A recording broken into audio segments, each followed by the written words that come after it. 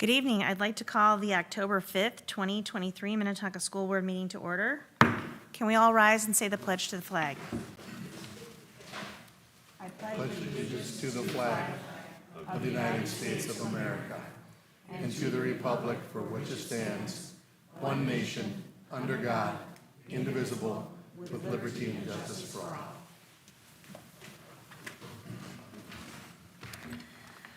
Okay, could I have a motion to adopt our agenda for this evening? So moved. Katie, is there a second? Second. Mark, any additions? No? All right, all those in favor, please say aye. Aye. Opposed? Motion carries. Our first item is one of our favorites always, and that is our school report. And this evening, we have Deephaven, Superintendent Law.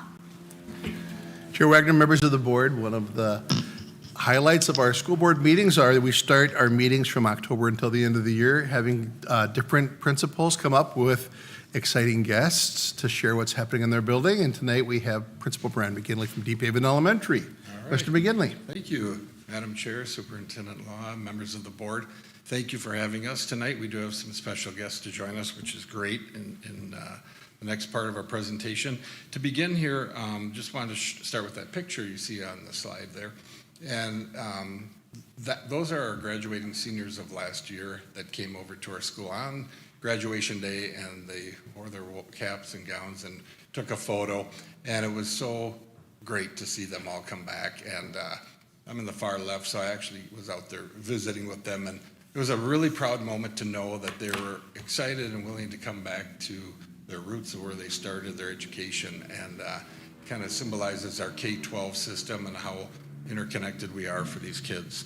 So that's the opening slide. Tonight we're going to talk about bullying prevention and student leadership, and it is around the topic of belonging, but it's more concrete examples kind of how we're employing it.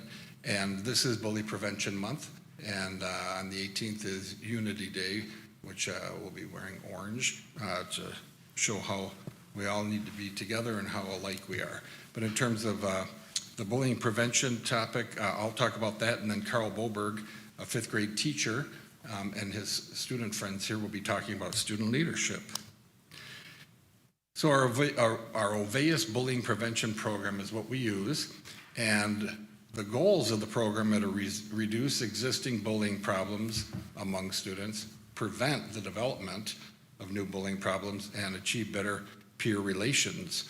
So to implement it, we have a weekly lesson. It's across the K-5, and the topics are also shared with our parents so they can have a discussion at home. And at the very bottom, it's a little small type, but this is an example of what goes out to the parents. This week in our Oveus classroom meetings, we are reviewing, role-playing, and discussing what we can do to help in a bullying situation. So as a parent, you might say, well, tell me what you're learning, you know. What were you talking about in school? What can you do? And things that we talk about, for example, are obviously, you know, get away, report to an adult right away.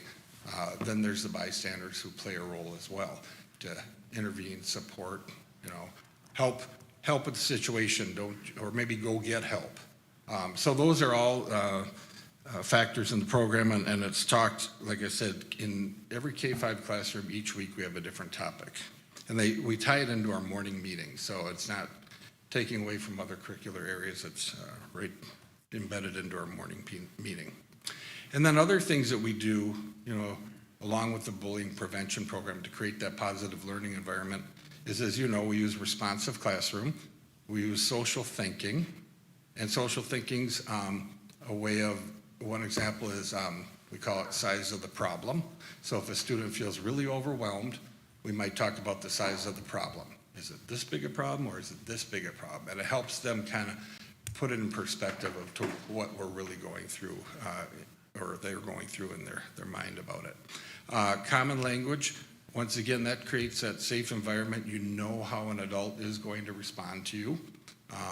For example, if you're running in the hall, we might say, what's the rule? You might say, to walk. Say, can you do that for me? They'd say, yes. And you'd say, thank you, I'd appreciate it, and they move on. Versus maybe when we were growing up, and you'd be yelled at, stop running, or whatever mood the adult was in at that time. And we try to take that away and just really be consistent and professional toward the students in those situations.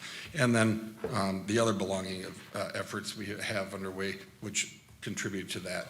And one example is our cultural arts event, or culture fair, we call it, where every family there's an open invite, you can come, we have a table set up, and you can display anything you want about your culture, where you're from, whether it's Ireland, like McGinley would be, or it's from the Middle East or South America, whatever it is. And then a lot of times they'll show what the food is like, they'll have a dress, they'll talk about history.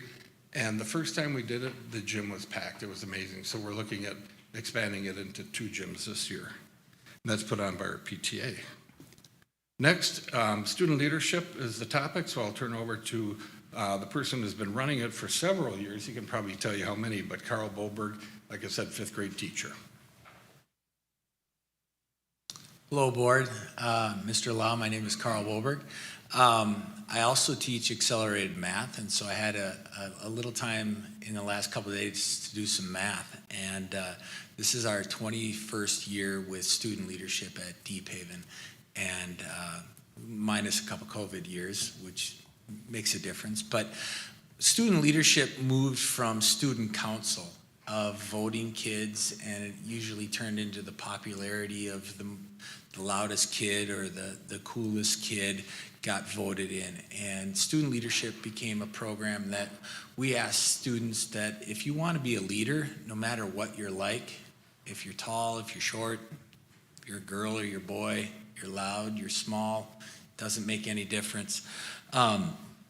We run October through May, and last year we had 109 students in 5th grade, and we ran about 33% of our students showed up for student leadership. A third of our students came to student leadership. It's an optional program after school, 2:45 to 3:45, and it's amazing. We have a bit of a curriculum. I've got some sidekicks that are way better than me, and I'll let them shine in just a second. But we have some areas of focus. Several years ago, we wrote a curriculum and said, what do we want our leaders to be able to do? And we talked about building parallel interests, which means when you connect with someone, how do you connect with them? What is the binding factor to make that work? Be ready to teach and learn. You can't always be the one that says, I'm the one that's driving this, and there's times that you have to say, I'm ready to learn. Opposing peer pressure. From the communication show, don't tell, there's times that you want to just pause and say, hey, this is my time to learn, and there's times when you need to say, this is my time to show you what I can do as well. From an ethics standpoint, and then having a future goal. So we do have a curriculum, and the idea behind that is in our mission to promote leadership in students who are in grade 5. Meetings are open to any student who has an interest in developing leadership skills. And that's the piece that when I joined this, that it wasn't a vote of we don't have a president, we don't have a vice president. We have students who opt into a program that said, I want to lead. I'm going to turn it over to some awesome kids who are now outside of Deephaven. We haven't started our student leadership this year, and I was like, who could I have talk about what the impact of student leadership is besides students who are former student leadership members? So right now I'm going to turn it over to Poppy. During student leadership, I really enjoyed the 2 drives we did. The first one was for Toys for Tots, and the second was an ICA food drive. It was really super fun to visit the classrooms and pick up the donations. It felt really good to donate to so many families in need.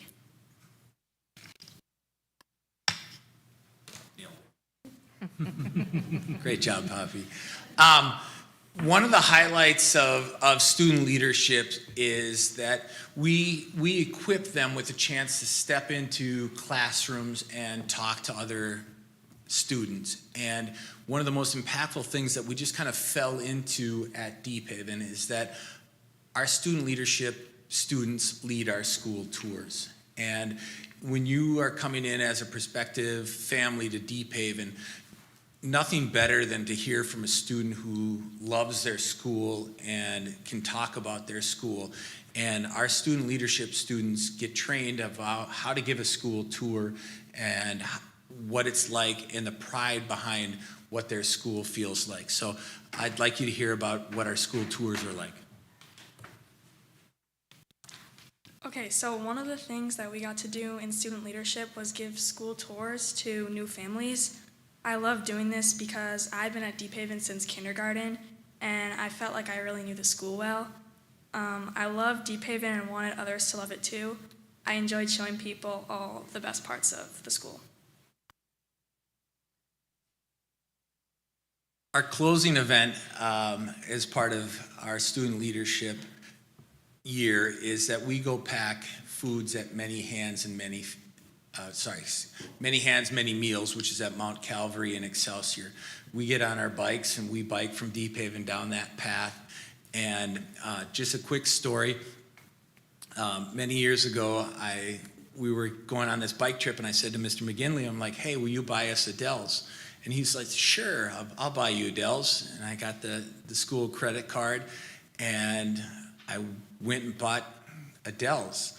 And the next Monday, he came to me and said, that's a pretty big bill. I thought it was just for the 2 leaders of student leadership. And I was like, I thought it was for everybody. And so at this point, I'd like to acknowledge to the board that we go and get Adele's. And if you'd like to come and have Adele's with us, I'll reach out to you and tell you our date that we go to Adele's, because Mr. McGinley pays for it every year right now out of some discretionary fund. But he thought it was just for the 2 leaders at the time, and it turned out to be for every kid. And that's part of student leadership. That's best, right?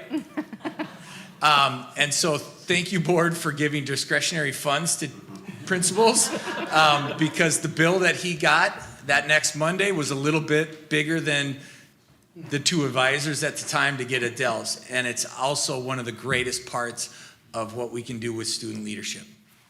I'll let someone else talk about it. The best part of student leadership was when we got rewarded for all the great things we did with a bike trip to Adele's for custard. Before we went to Adele's, we did one final good deed. We went to a church and packed meals for people in need. It was a great way to end the year.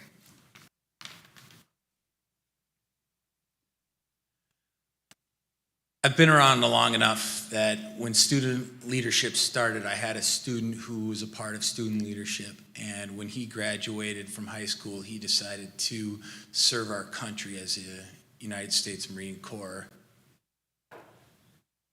in the Gulf War. He came to our student leadership meeting and he did the Marine Corps creed, and he did it in the Marine Corps version and then instantly switched it to what that means for our students. We open up every one of our meetings with the following. I'm a Deephaven student leader dedicated to helping the students and influencing the old. I'm forever conscious of each student in Deephaven Elementary family, and by example, will inspire them to the highest standards possible. I will strive to be patient, understanding, morally just, and firm. I will give credit to the deserving and assist those who require my assistance. I will never forget that I'm responsible to my school for the positive attitude, development, and skills of my classmates. Their abilities will reflect an image of me. We start every meeting with that creed, which was translated in an instant by a former student leadership student who served in the United States Marine Corps. At this time, I'd like to have Shane close of the impact of what student leadership was when he was a student at 5th grade, and now as a 7th grader, what that looks like, excuse me.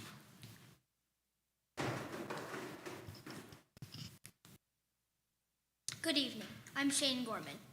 As said, I am a 7th grader at Minnetonka Middle School East. When I first moved here, just over 2 years ago, from Arizona, I knew not a soul. When I found out about Deephaven Student Leadership Program, I was intrigued. It was an amazing opportunity to be around people that which I had so much in common with, because we all shared one common goal, and that was to make the world a better place. The moment I walked in on the first day of Deephaven student leadership, I knew I was in the perfect place. I was with other people who wanted to do more than just learn in a simple classroom. I learned so much from student leadership. For example, I learned what it means to lead from behind, and then help my classmates. I also learned public speaking skills when I talked to different classes about fundraising. Because of my time at Deephaven, I was eager to get involved with Minnetonka Middle School East student leadership and expand my learning and involvement in the Minnetonka community. Deephaven student leadership was a great stepping stone for a future in leadership of all kinds. The Minnetonka Student Leadership Program has given the students the skills to make the world a much better place. Thank you. Thank you, Board. Is there any questions for me? Okay. Mr. Boberg, the fund, for the board's sake, is back in the day we used to get money from Target until they cut that off, and so I'm trying to preserve what we have left in it until this, starts eating away at it. But just for technical reasons, I know that you know the budget much better than Mr. Boberg does. It kind of scared me when he said that. And then the other one is on the student tour piece. I thought, well, we'll give that a shot. I read it in a principal magazine as an idea. And to a T, there hasn't been one parent who didn't love it. There was one person who pushed back on it, and it was a relocation specialist. And she said, they don't want to hear from the kids. They want to hear from you. And we meet with them anyway. So we meet with them already, and then they do the tour. And I said, well, that's how we do it here. They did it. You should have seen the parents come back. And when you're not the parents, I get it. Maybe, the relocation specialist wants to really make sure everything's in line. But the kids, they go in depth. They answer every question. I say they can answer every question honestly, because if there's something they're saying that is not okay, I need to be aware of that something's not running correctly. So, and it's great to see their personalities and know that your child will be in a school with similar kids. So now questions for any of the students, myself, Mr. Boberg? Great. Well, thank you. And students, thank you. You guys did an excellent job. Very inspiring. Any questions that we have for our great team here? No? All right. Well, I think we should give these guys a round of applause because they were awesome.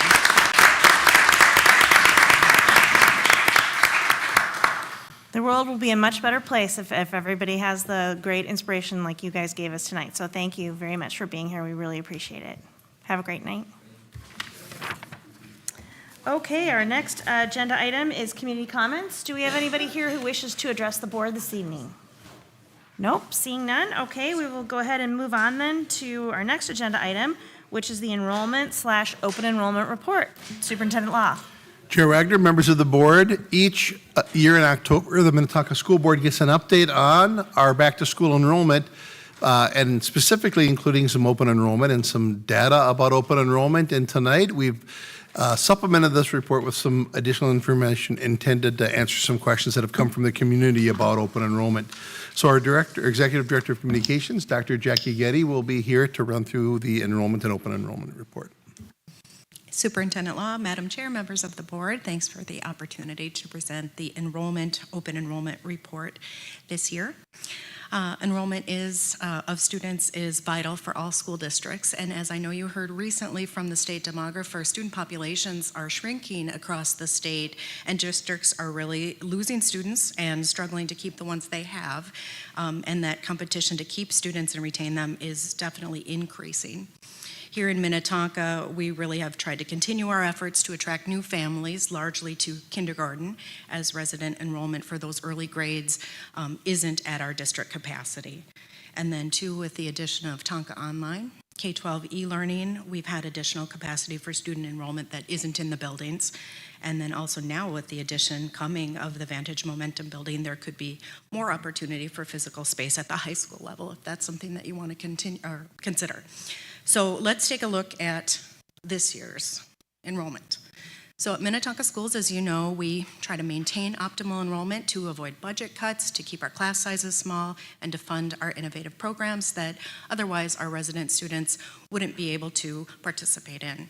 Our current enrollment is approximately 11,270 students. It contains a combination of our in-person students and also our Tonka online students. And our schools are not at capacity.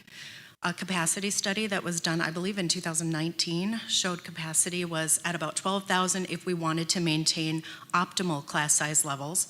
It did show there was even more capacity if you wanted to grow those class sizes, and that isn't something that we've looked at to this point. Open enrollment does help us to meet our funded needs for all of our current program offerings.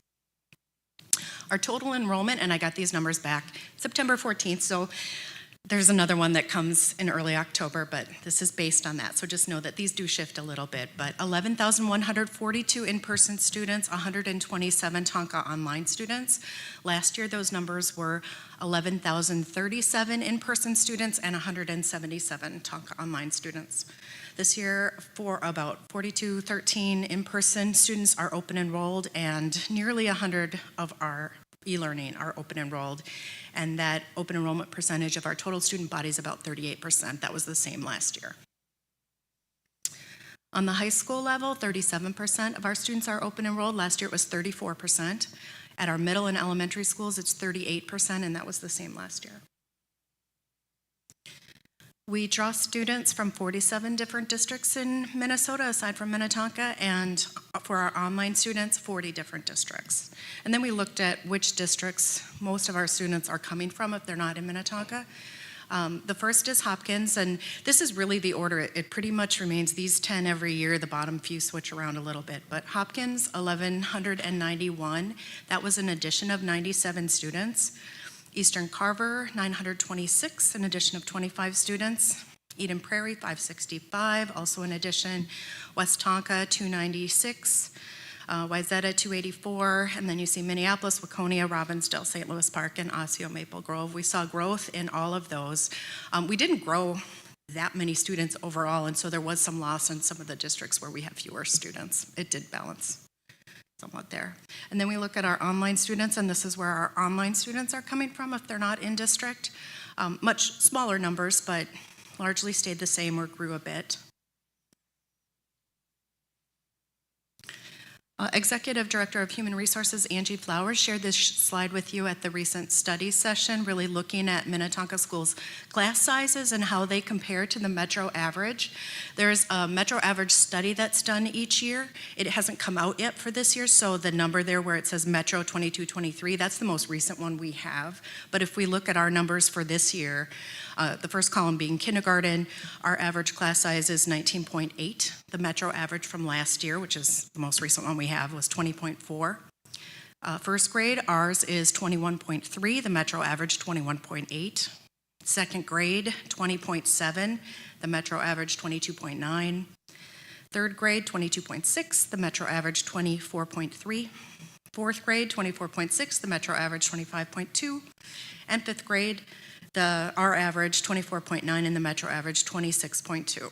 And you can see those levels over the last several years. So you can see they really don't bounce around a lot. They haven't continuously grown. They've kind of stayed close to where they are.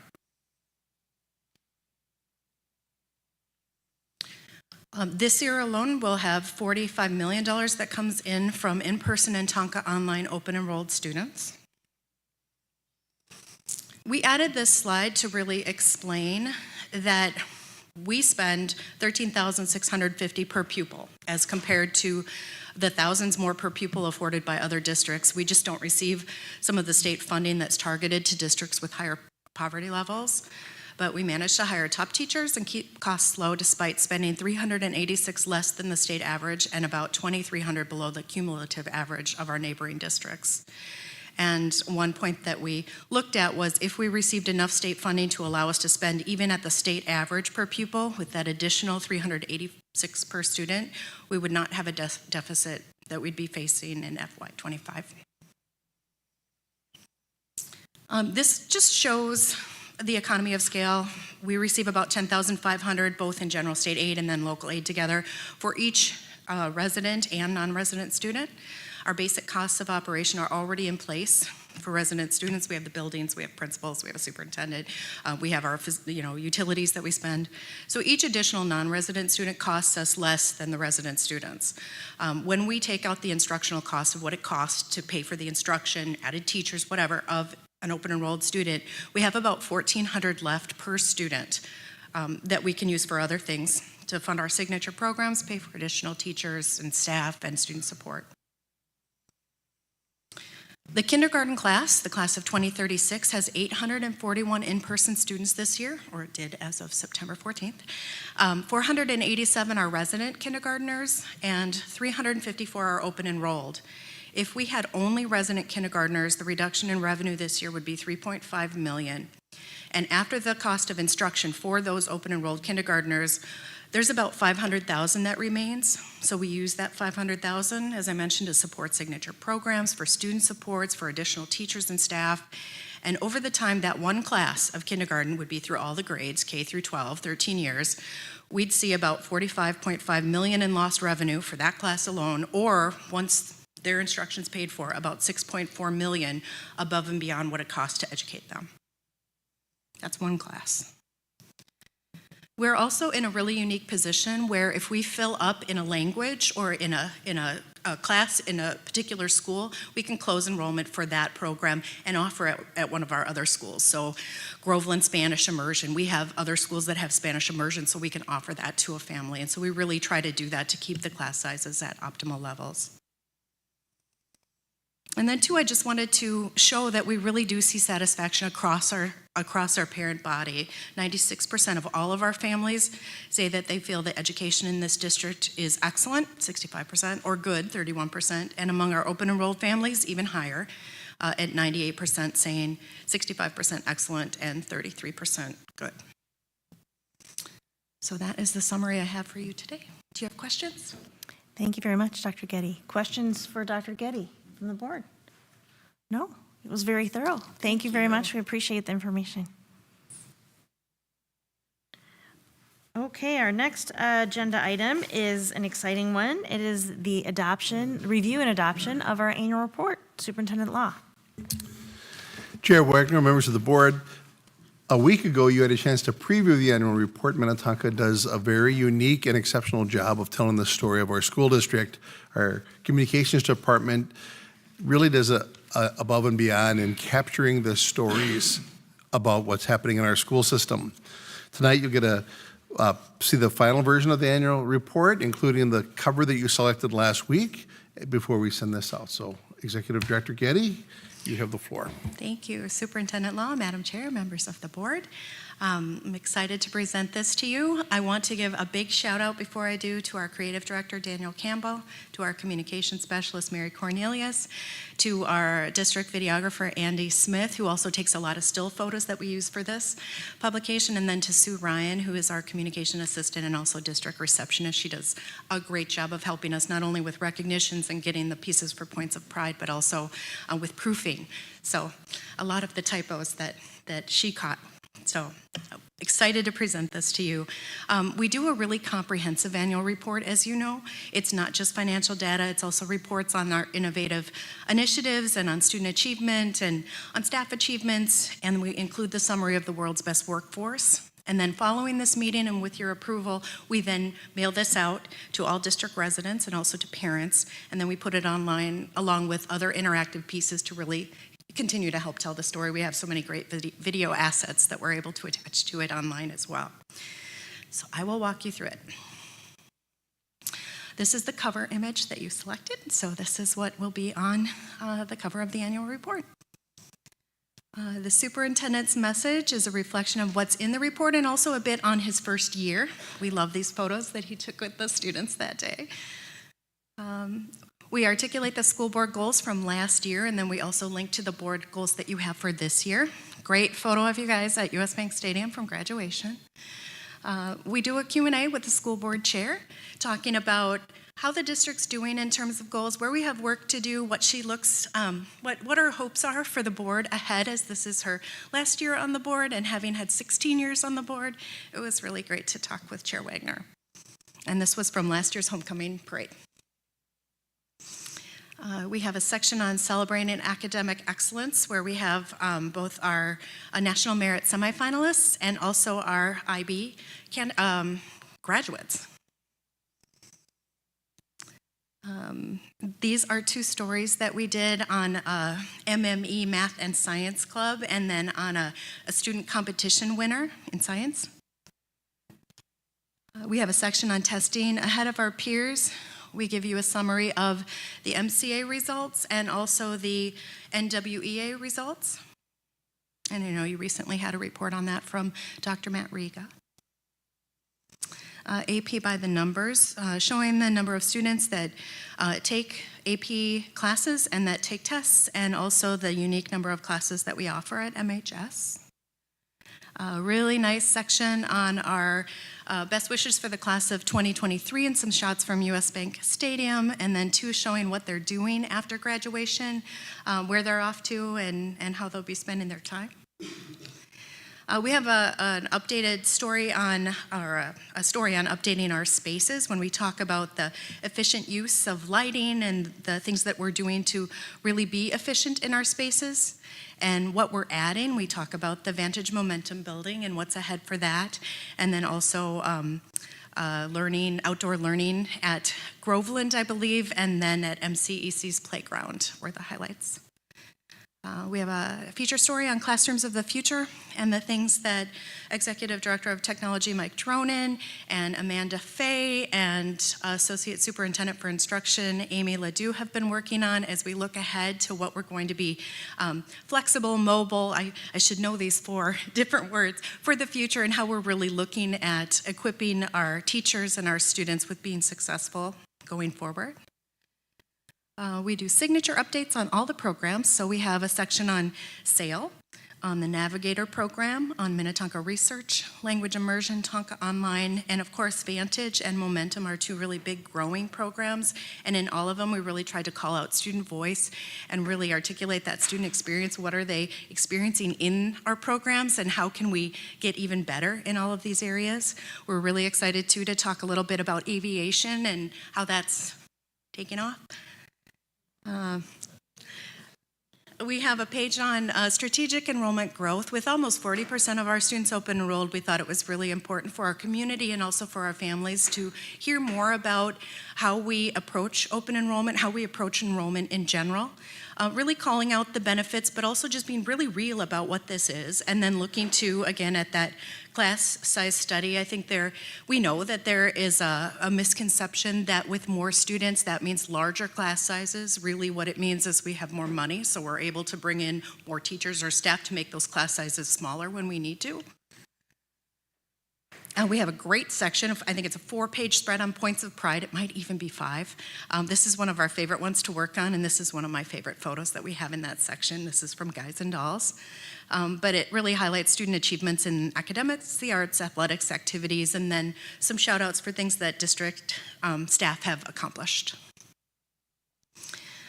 Minnetonka Community Education, we talk about all of the amazing things we do in community education and that the amazing team there accomplishes, from ECFE and preschool offerings to all of their different classes that they offer to their amazing events like Tour de Tonka, which is what this photo came from. Thank you, Andy. And we have a page on Ahoy Minnetonka, our new podcast. We are now on I think we shot episode 11 today, which was really fun. And this was episode 10 most recently, and we had just gotten the background for that, so we were excited to add this photo. But also just to raise awareness about the podcast, we have hundreds of listeners to it, which is really exciting, and just having launched it in May. So really excited to continue to grow that effort. The World's Best Workforce, we have the summary of that, and you'll get the full report on the World's Best Workforce from the Teaching and Learning team in December. And then we have some pages on prudent financial management and how we really, and the school board really takes that job seriously to be good stewards of district resources. And of course, we always shout out the Moody's AAA bond rating, and that the district has now for the 28th year received the Excellence in Financial Reporting Award. We close it out. This year in addition to the parent survey, we also did a community-wide survey. So we used some data points from both of those surveys and really strong results in showing the trust and confidence in the school district. So it's fun to add this, and really a fun report to put together this year, and just to cheer on our students and our staff and all the things that they're doing. So with that, I'd ask to have any questions. Thank you, Dr. Getty. Before that, could I have a motion to approve the annual report as presented? So moved. Is there a second? Second. Chris? Okay, questions or comments from the board? No questions. Katie? Comment, you listed off everybody that contributes to this, and just, again, thank you to everybody. It is a big piece of work. It is an incredible actual piece of art that goes out to our community, and it has so many highlights, so many positive things, and really represents the entire district. I just love it, and there's a lot of work that goes into it, so thank you to you and your team. Thank you. And I will pass that along to them as well. I know they're actually all watching, so. Thank you. Any other comments or questions for the board? No, I would just echo what Katie said. This is an incredible document, and you and your team should be very proud. It's just amazing every year how well you do in bringing the student voice to the forefront and telling different stories. It's really fun to look back on the year and just reflect on how great, how our students are and our staff is, and so it makes us really proud. So thank you. Thank you. Okay, it's been moved and seconded. All those in favor, please say aye. Aye. Opposed? All right, we have an annual report. Look for it in your mailbox soon. All right, our next agenda item is policy approvals. We have 2 policies tonight. We'll be taking those one at a time. And the first one is 509, enrollment of non-resident students. Superintendent Law. Chair Wagner, members of the board, I'll introduce both policy items for the purpose of the public. Policy updates come for a variety of reasons. Sometimes they come from changes in our programming, or they come from feedback from our community, or sometimes it's like tonight's situation where state statute changes and that warrants a policy review and a public discussion for approval. We have 2 tonight. We'll start with the enrollment of non-resident students and some statutory changes, specifically around preschool students and what the expectations are when they want to enroll in kindergarten. And I'll turn it over to our Executive Director of Human Resources, Angie Flowers. Thank you, Superintendent Law. Good evening, Chair Wagner and members of the board. I'd also like to start off by thanking Amy Hillstrom and Carrie for all their work on policies recently and helping us to get them updated. It's been a big undertaking, so I thank you for that. The enrollment of non-resident students, policy 509, the revisions proposed that you will see are reflective, as Superintendent Law stated, of the recent legislative changes. Students' families are now required to complete an open enrollment application for kindergarten, regardless of their open enrollment status for early childhood special education. The exceptions for grandfathering students into districts do not apply to our district. The updates also reflect the shortened time period in which a parent must notify us if they wish to open enroll their student. Families must accept or decline the spot within 10 business days. In addition, there is a new open enrollment application, and this provides notice of that in this policy. However, the Department of Education is allowing the old application to be used. Thank you very much. Could I have a motion to approve policy 509, enrollment of non-resident students as presented? So moved. Katie, is there a second? Second. Mike, any discussion or questions? I know we covered this and it's all statutory stuff, so no? Okay. It's been moved and seconded to approve policy 509 as presented. All in favor, please say aye. Aye. Opposed? Motion carries. Thank you very much. Thank you. The second policy tonight, policy 514, bullying prohibition. There are some very specific language changes that came up in statute and are being implemented in our district, defining some things, extending who this policy covers, and I'll let Ms. Flowers go into detail with some of those items. Thank you. The Bullying Prohibition Policy 514 is being updated to reflect the definition of bullying that has been made by the Minnesota legislature. That definition update includes sexual exploitation and malicious and sadistic conduct, including such conduct aimed at protected classes. Malicious and sadistic conduct is defined as creating a hostile learning environment by acting with the intent to cause harm, by intentionally injuring another without just cause or reason, or engaging in extreme or excessive cruelty or delighting in cruelty. In addition to those definitions and language being added, the bullying statute now encompasses employees, whereas before it only included and applied to students. And finally, the changes bring more clarity to situations in which bullying is prohibited, such as the use of school technology and off-campus conduct that has a material and substantial impact at school. All of those changes are reflected in this updated policy before you tonight. Thank you very much. Could I have a motion to approve policy 514, bullying prohibition as presented? So moved. Mike? Second. Second. Katie? Any discussion or questions? Megan? Yeah, I just had, Sorry. I had a clarification question. I apologize, I missed last week. I saw the addition of the electronic communications. Does that apply to only school-owned devices, or does that also apply to personal devices? I believe the intent is to make it clear that it's school devices, but if the behavior used on those devices are leading to harassment or that impact at school, then it would apply. Any other questions or comments? No? Okay, it's been moved and seconded that we approve policy 514, bullying prohibition as presented. All those in favor, please say aye. Aye. Opposed? Motion carries.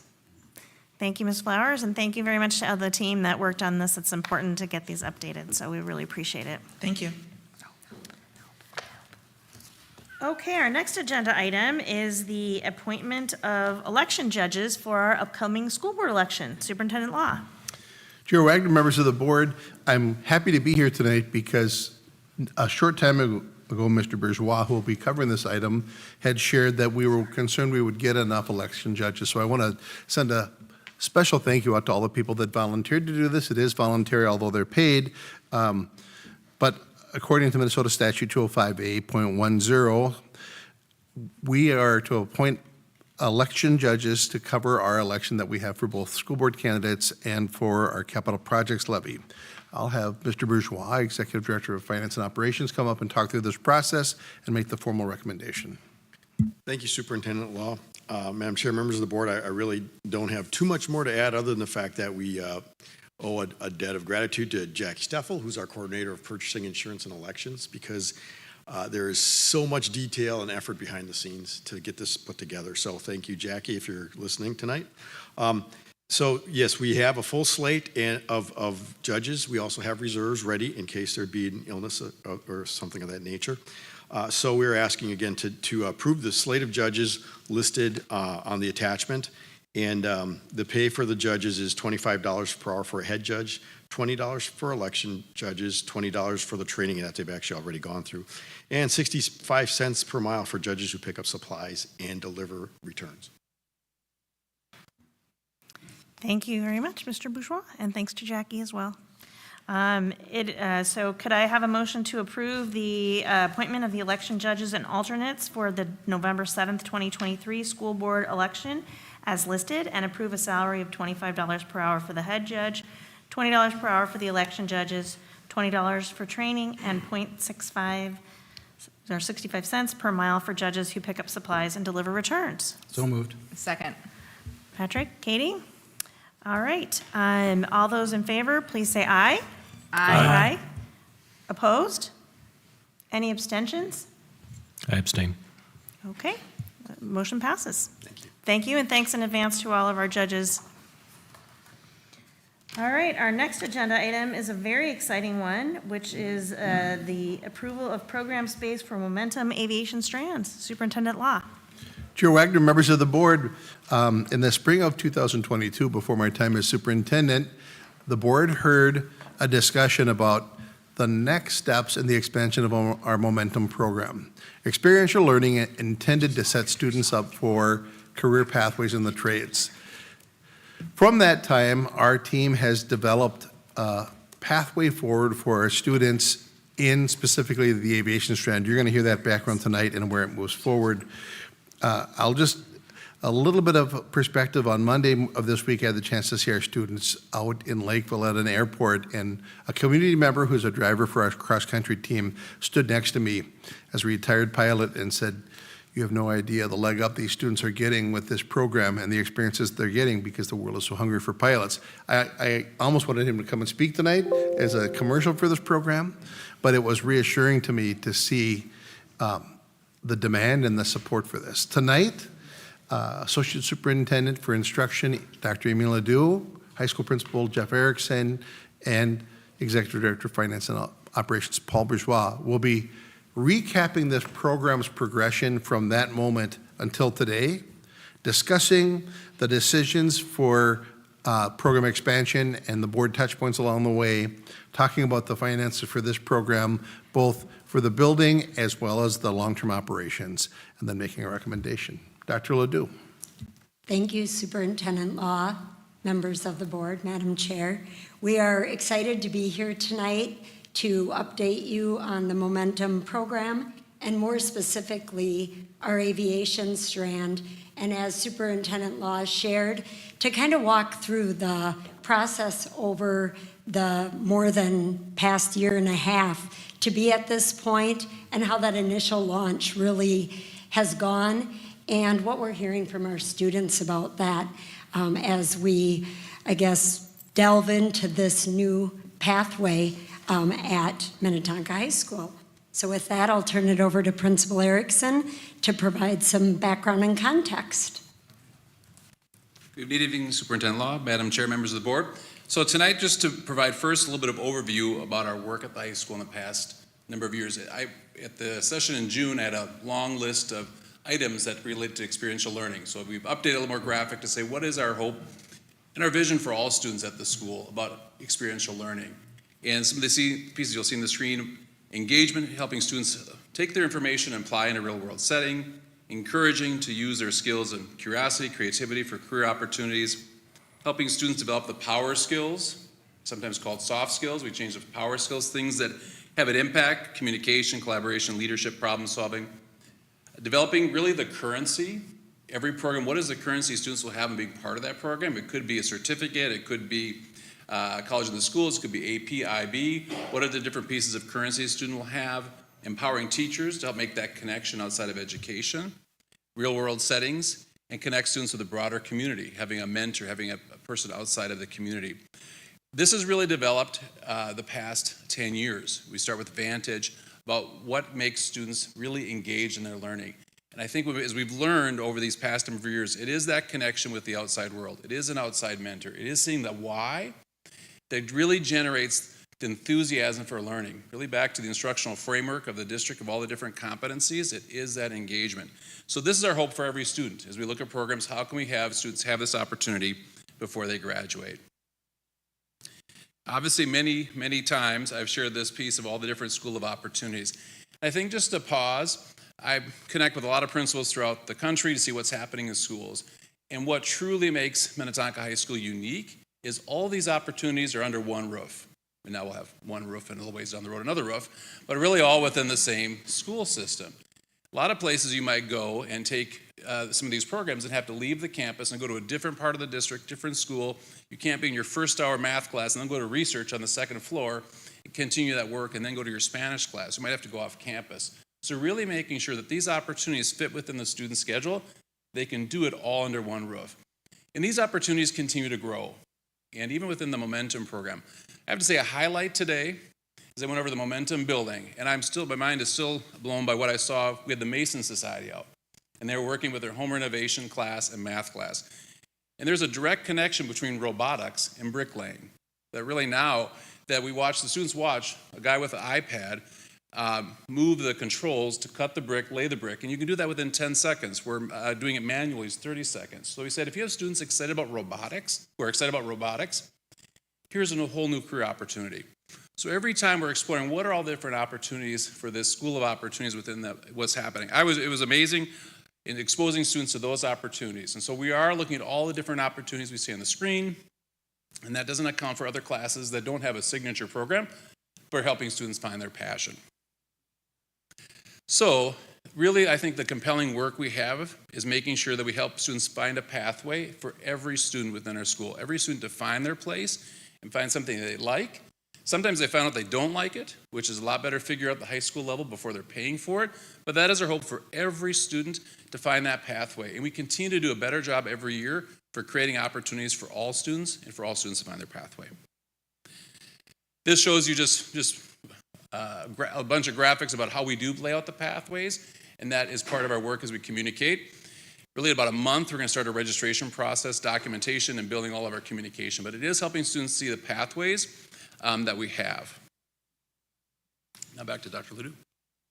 So as you may recall, March 2022, we came before the board with David Stillman, consultant from New World Ventures, parent and community advocate, to talk about, so what's next? We knew we wanted an additional pathway and momentum, and we really wanted to see where was the need and where was the opportunity. So I'm gonna, at a high level, recap the highlights that led us to where we are today. So initially, David and the team at New World Ventures performed a study of best practices in the trades, looking for that opportunity that would keep us in that leading or that pioneering space that we've been in so often with other signature programs, such as Vantage or Research. I'm really thinking about how do we make this that world-class opportunity for our students. And as you'll recall, that evening, he proposed that we introduce aviation. And in looking at that, the conditions really were right to pursue this area of study. There's a great need for both private and commercial pilots. Kids can graduate high school with a private pilot's license. That Minnetonka is uniquely positioned next to the second busiest airport in Minnesota, being Flying Cloud. And I heard that statistic again as we were with our students earlier this week. That there's great curriculum being produced by credible sources like AOPA, or the Aircraft Owners and Pilots Association, really targeting these types of opportunities for high school students, although not that broadly seen across high schools among the nation, and that students beginning in 11th grade could have an official drone license. Additionally, in talking about aviation, we talked about some of the goals of the program as well as some of the challenges that we'd see.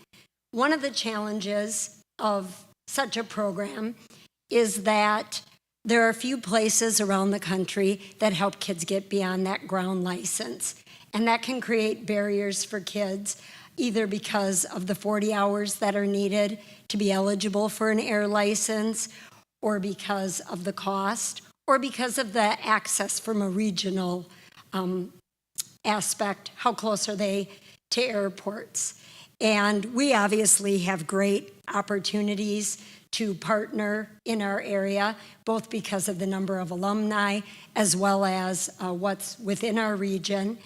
And we really would want our goal to be helping kids not only have that ground license, but how might we get them on a pathway or help them launch their trajectory toward that in-air license.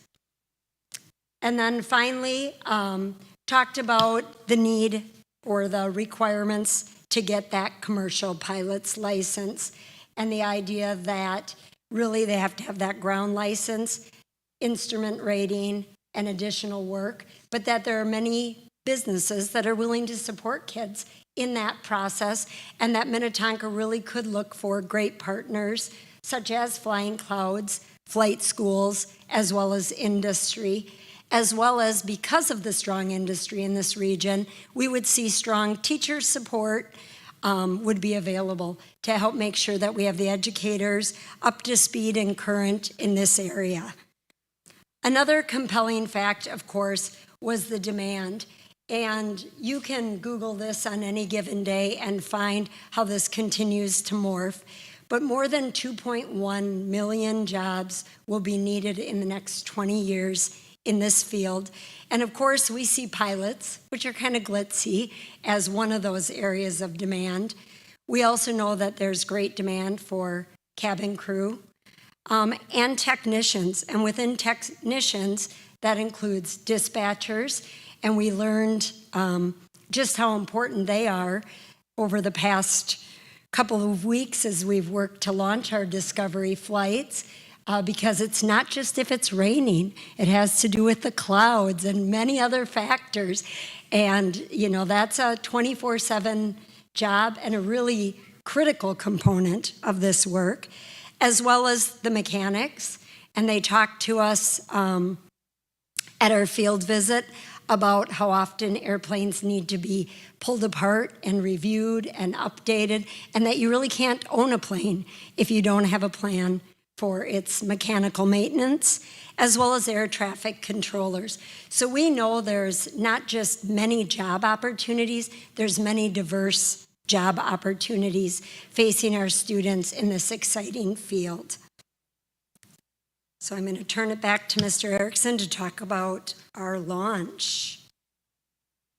So from that point last year, we went through the registration process and the course creation process to look at what will be the first in the pathways in aviation.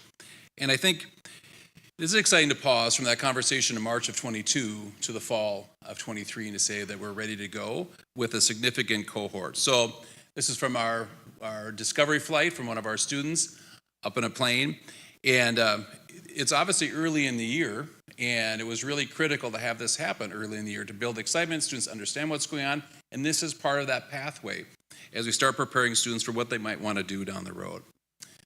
So in June, we talked about where will this go, where will basically level 1 take place. This is a photo, I think from this morning, from the loft, and where we have some of the desktop simulators. And so we have Intro to Aviation. We currently call it Aviation 1, 9th through 12th grade, no prerequisites, 0.5 credit in the loft, in the large double space in the loft that fits so that we can have the simulators there, and then also right next to it, the desks or the tables for students to work. If you go there, of course, high school starts at 8 a.m., but if you're there, 7:30, the students are already there working on the simulators, and just they can't get enough of being able to access that, so they're there with the instructor. And then next semester, we'll be looking at the continued Intro to Aviation and really looking at drone operation, currently called Aviation 2, the same 9th through 12th grade, no prerequisites, and first half credit in the loft. So that is happening right now. This is what our enrollment is for the 2 different courses. And just to give some perspectives, we have 162 students in the Aviation 1.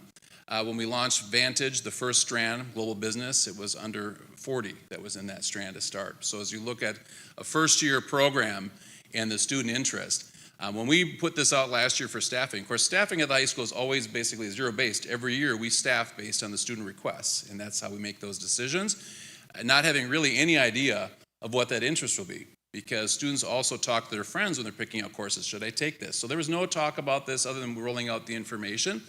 So it's a strong level of interest right away to say, yes, we have students that are interested in that. Really pretty equal representation among the 4 grades. I shared this in June. The demographics representative of the high school is basically the resident versus open enrollment mirrors the high school.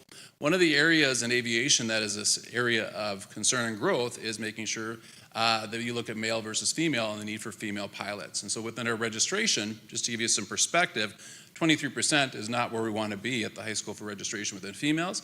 But if you look at the overall, pilots represent, female pilots are 6% of the pilots. And then part of our network of AOPA, their numbers show 18% overall within the school. So our first time at bat, we've had a strong showing. We need to continue to work on that.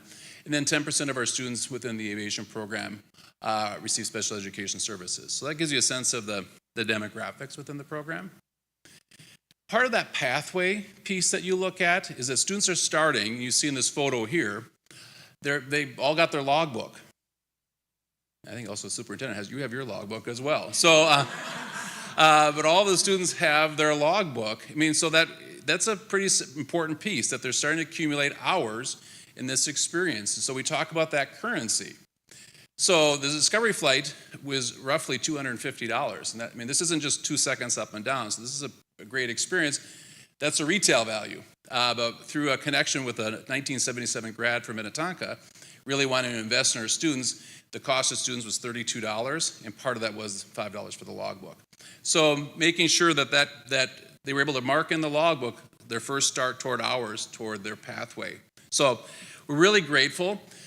When we started talking about aviation, the community outreach, of all the different things we've launched, we've had more interest in what we're doing from alumni who are just saying, I'm involved in the airline industry at all different capacities, wanting to know what's happening, how we can help. So Carl Berquist with the Law and Executive Aviation is the person who helped with our students having the Discovery flight, our graduate in 1977. So that partnership is really critical throughout all levels of our program to help students have access to the different programming. And so I'm turning back to Dr. Ledoux for what happened just this week. Yeah, so this week on Monday, both Superintendent Law and I were able to be at Aloft at the Lakeville Airport and to watch our students really take off with this new program.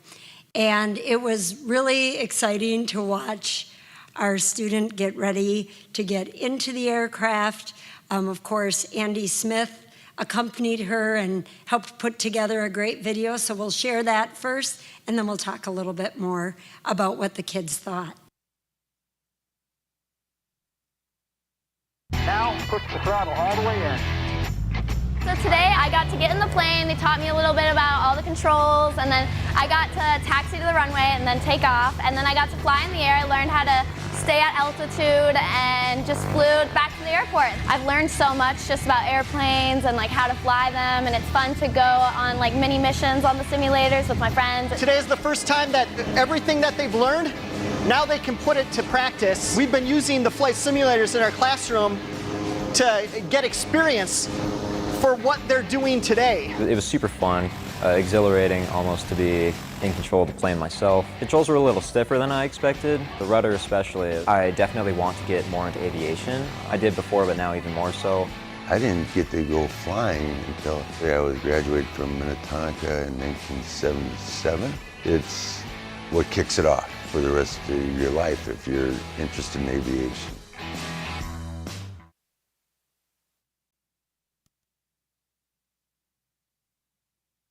Now, push the throttle all the way. Now, push the throttle all the way.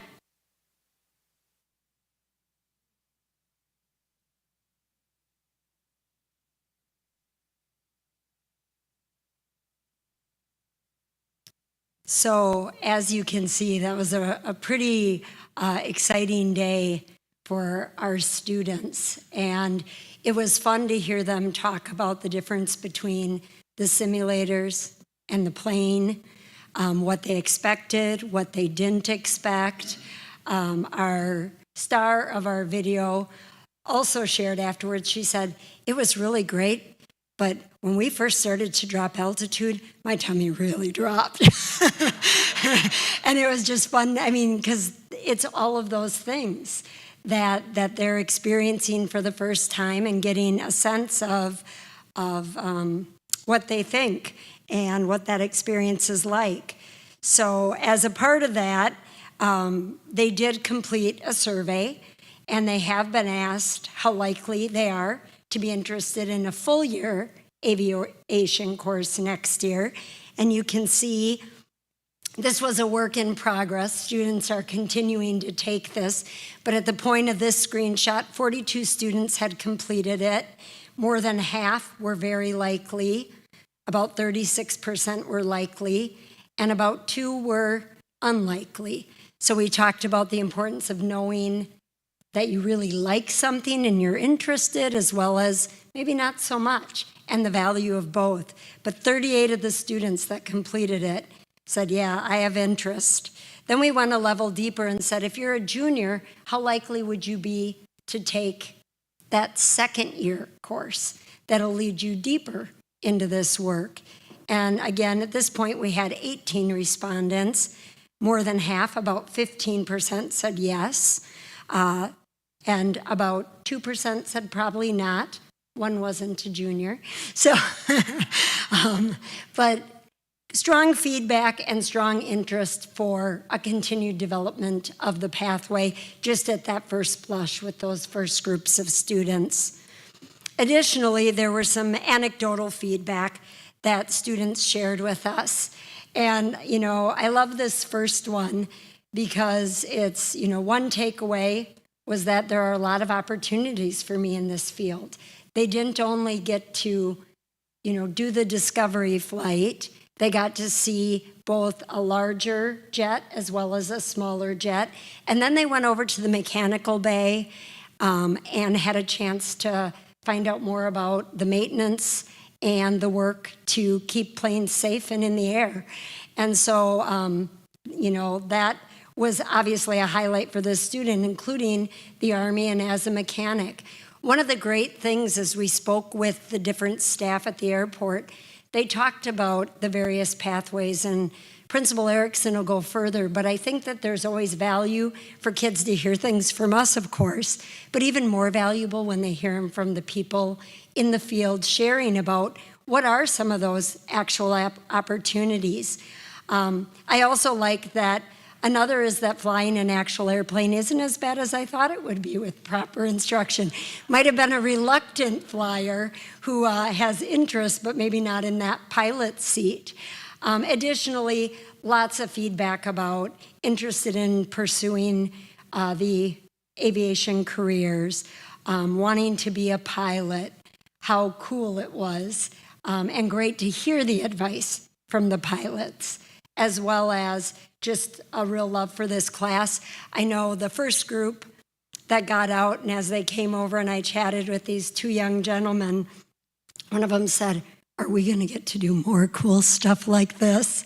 Because being out at the airport and watching even other planes take off and interacting was exciting for our kids and really gave them a real idea of the energy around this kind of work. And just one of the last quotes, a great experience and teacher and program. And part of this, you know, how do you make a large school small? It's through different opportunities for students in that community. Students spend a large percent of their time in class. In every program, every class creates a community. In this one, creating a community around a particular area of interest. So part of the work right now, and this has really been since late last spring, is what will the next couple years look like? And so our goal, and obviously coming back in the near future around the coursework for that next year, be moving to a 2-hour interdisciplinary approach. One of the things that we know how to do well is how to take two classes and build those connections among the two classes and teach those classes in an interdisciplinary way. Similar to what we do right now within the Momentum, we have, for example, home renovation physics, home renovation math, business analytics, and all the different classes that have two courses, sometimes three classes within one. So that staffing model is one that we've done in a variety of our programs, and it is successful and allows students to go deep in the topic and also see that connection. So, and also just within a 6-period day, how we make that happen if having a core content area along with aviation. So I'll show you that in just one moment. Also looking at year 2, which would be considered flight course 1, getting students ready for the written exam, and then that following year, helping them get on their way toward a private pilot license. So there is interest in the courses, as Dr. Ledoux mentioned. And so this shows you where we're at right now on the far left, which is Intro to Aviation. We consider that level 1 over 2 semesters. And then we'll be coming back with the course for level 2, which would be Flight Training 1. And within that, it'll be a year-long course, but it'll be 2 hours. And so we have a couple of courses that we're looking at to connect with that. It would be in the core content, which is critical for a student's schedule. If this were a 2-hour course with both being electives, it would be challenging for students to fit that within the schedule. But we're not ready tonight to roll out what we're saying what that course will be, but we've narrowed it down to a few classes. them a cliffhanger. And then level 3, we would continue that. And that course would be looking at instrument pilot operations, again, 2-hour course. And that one would have another core content class, and that's the critical part. So that model of 2 courses, how we staff it is how we staff it within Vantage. It's based on enrollment and that interdisciplinary approach. And that's where students start seeing the connections, and that's where we see the engagement back to that experiential learning. Dr. Ledoux.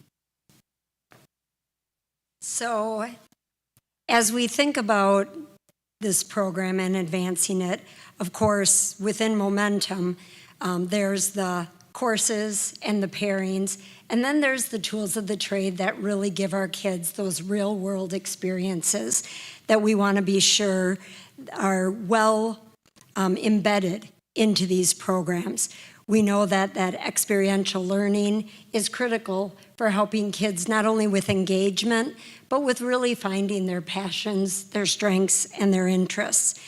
And we know that when we implement programs in the trades or that have a hands-on approach, even within core content, that it requires a great deal more equipment and an initial investment up front in order to have those tools and resources.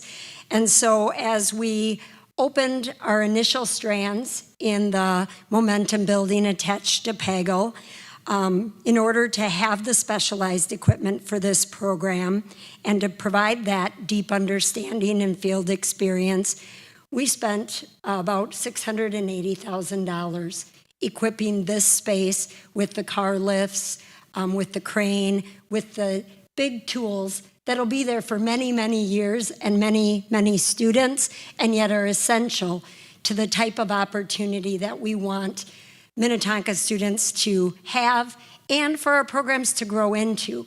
We start, with our vision and our idea. We make sure that the students are walking alongside us and that we're meeting their needs.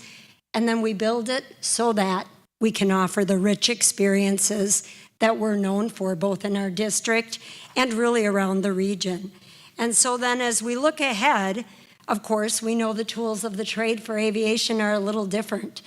And one of the key tools is, of course, our simulators.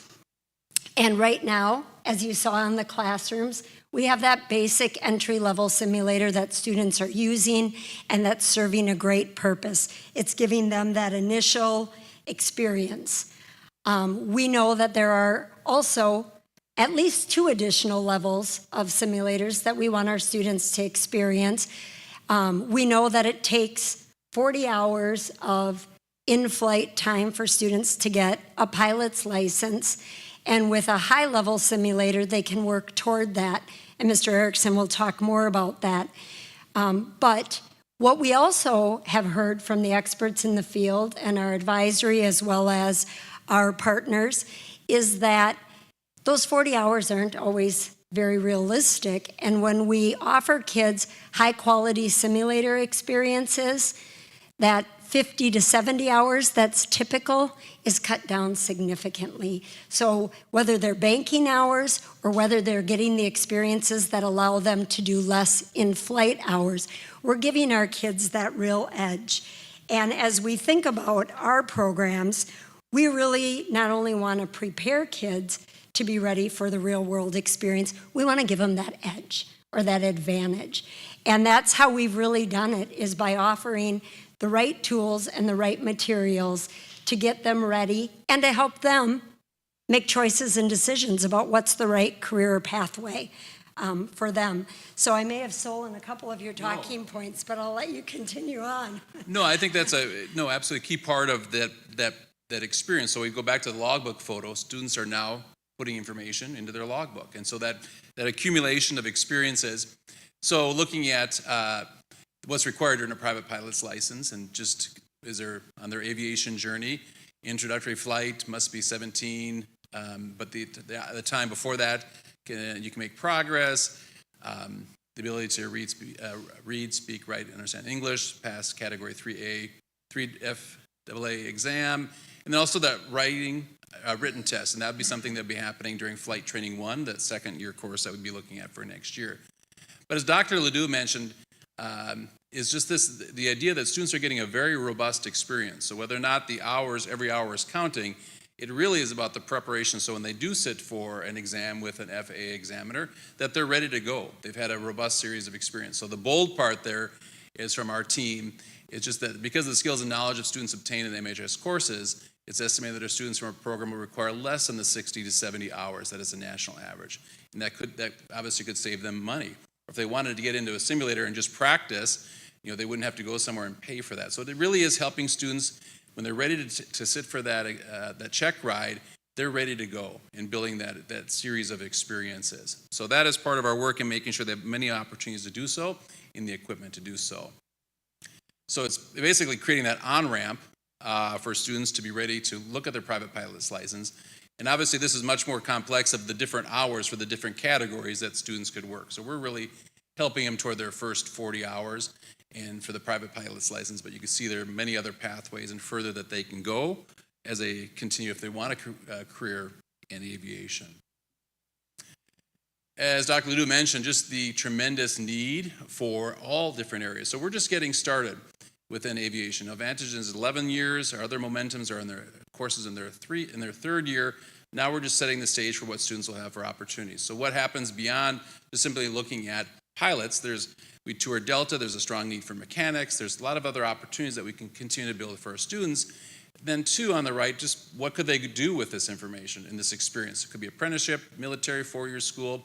We toured FedEx last year as part of the AOPA conference. FedEx is no longer requiring a college degree. So there are a lot of changes that allow students through this experience to be ready. And so if they didn't have any of these opportunities at the high school and they had this interest in being a pilot, for example, they would be doing all this on their own without the support, the coursework, and the opportunities that we could provide them.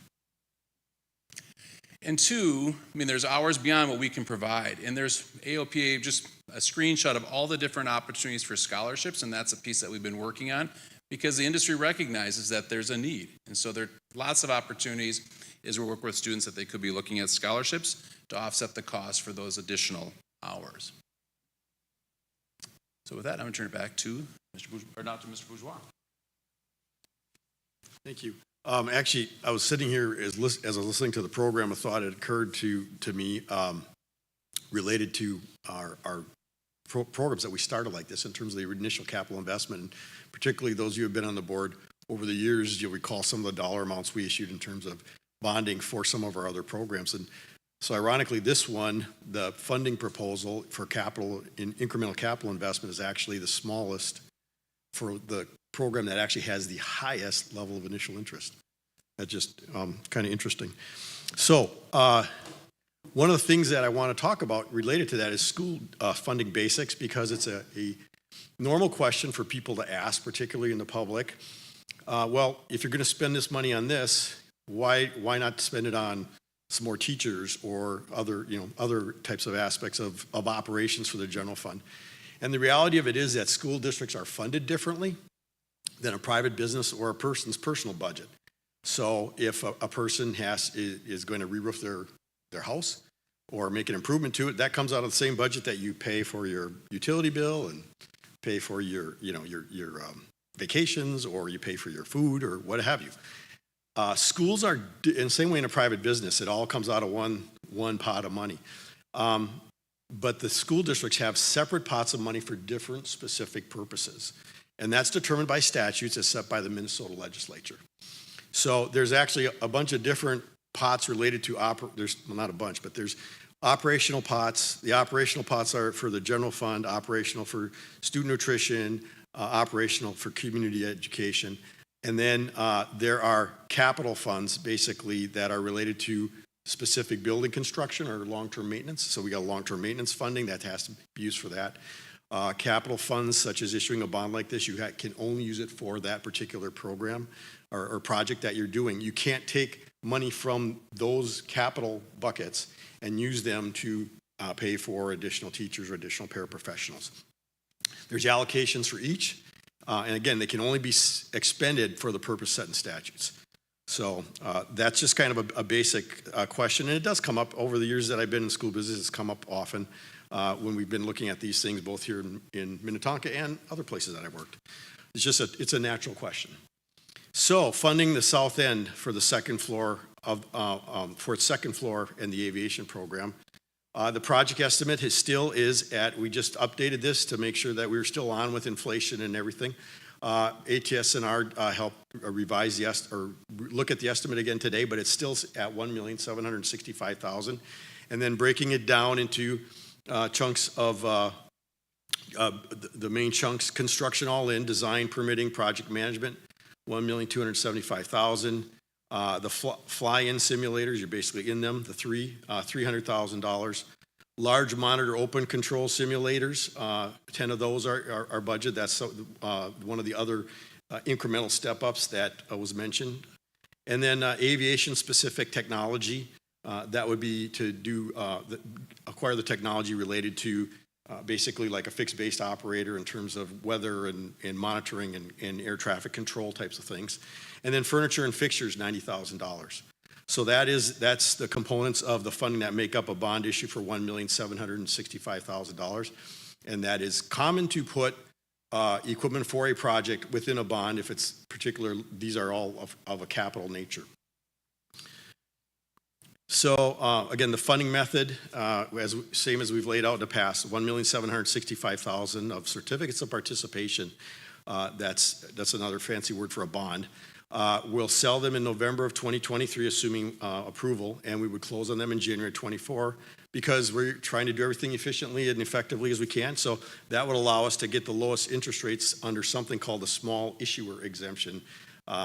They give us lower rates because we'd be what's called bank qualified because we will be under a certain dollar amount in FY24 or in calendar 24.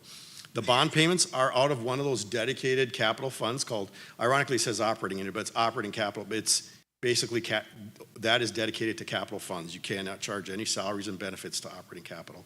We have other projects that we've done over the years that have bond payments coming out of operating capital also.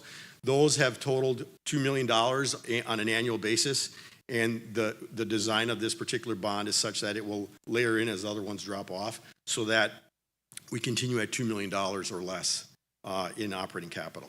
So that's the funding package for this. I guess the next thing would be questions. Okay, so I think that was a lot of information. Thank you, team. In order to go ahead and move forward, I'm going to ask for a motion, and then we can have questions and discussion. So could I have a motion that the School Board of Minnetonka Independent School District 276 does hereby authorize construction of the second floor, finishing the construction within the 2 floors, and equipping the spaces of the Momentum wing of the Vantage Momentum building to provide space for Momentum Aviation Strands for use on September 3rd, 2024. So moved. Katie, is there a second? Second. Mark? Okay, so it's been moved and seconded. I'm sure there's lots of questions and comments. Let's start with that. Mark? Yeah. Mostly comments. Very thorough presentation. Thank you for that. You obviously know that I'm a fan of this coming from my aviation background. But falling under the momentum framework that we set up, this is what we envisioned, having another pathway or more pathways for our students that may not be interested in going to college. Now, they may go to this and go to college, but they're going to experience many pathways in the aviation industry that are just going to open up to them that they have no idea right now.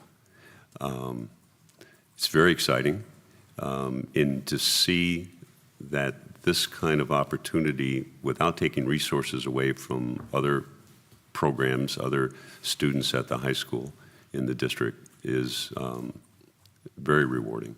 So don't know what else to say other than the way this space is proposed is how Minnetonka does it. You know, we've done it with Vantage, obviously. We've done it with the Research Center. We've done it with the Loft. Now we're kind of co-opting that for a while. But I believe that, as Mr. Bourgeois likes to say, we need to Tonka up what we're doing so we do it the right way. So it continues to be a destination program. Helps the district with our open enrollment, in so many ways. So thank you again. Fully in favor of this space. Thanks, Mark. Other questions, comments from the board? Katie? Great presentation, wonderful recap of really where it started to where we're at today with the new motion on the table. I especially love just thinking back when David Stillman came and gave that presentation and the excitement in the room on what it is to be a Minnetonka student and what an opportunity there is. And so it is fantastic to see that program that has started this year, to hear the excitement from students, parents that have given me kind of their thoughts on it, watching their kids go through. So I've always been supportive of it. It is incredible to see, but I love to see the layout and really how we engage and encourage everything that you said, Mr. Erickson, in the beginning about helping our students develop, empower, connect, create. That is what this aviation program is, and how we continue to evolve and develop that next strand for aviation 2, 3, however it may be. You guys are doing it the right way, Tonka it up. So well done. Really great to see the representation that we have from the students, the breakdown between the males and the females, that we have such a high female representation, and I love that there is no barrier.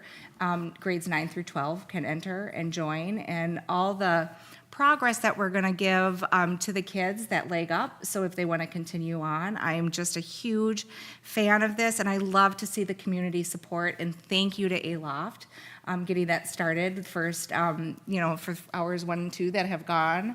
Really happy to hear how successful it was, and what a great community partnership. So there's so much momentum, literally, around this. Great to see. So thank you for the presentation, and this has my support, absolutely. Thanks, Katie. Other questions? Patrick? A couple questions. First of all, I want to echo that I appreciate the thoroughness of the information that's been presented. I know it's been a long road since this first came to the board 1.5 years ago, and so I appreciate recapping some of the base case for why we would want to do something like this. I think one of our goals is, I know one of our goals is increasing community trust, and for me, a lot of that is accountability and transparency, and I want to make sure that this investment, the board obviously supports, but I want to make sure it's clear to the community why this is an investment that we think will pay off for the student body. And so I appreciate all of that. I do have a couple of questions. One, I want to poke at you a little bit, Mr. Erickson, because your preview of coming attractions, I would like to know, since we're making this investment, give us maybe a little better clue. I assume the topic areas we're talking about for core curricula would be things in the STEM area, but I don't know if you could maybe give us an idea. Right, I think 2 areas that we're looking at, one is obviously the science and physics would be a potential area, but also we're looking at the humanities and some of the social studies areas, that could be part of that as well. So we're, so it's looking at what courses do students take, what might be a natural progression, and where do we think there is some overlap. So those would be a couple of the areas that we're specifically looking at.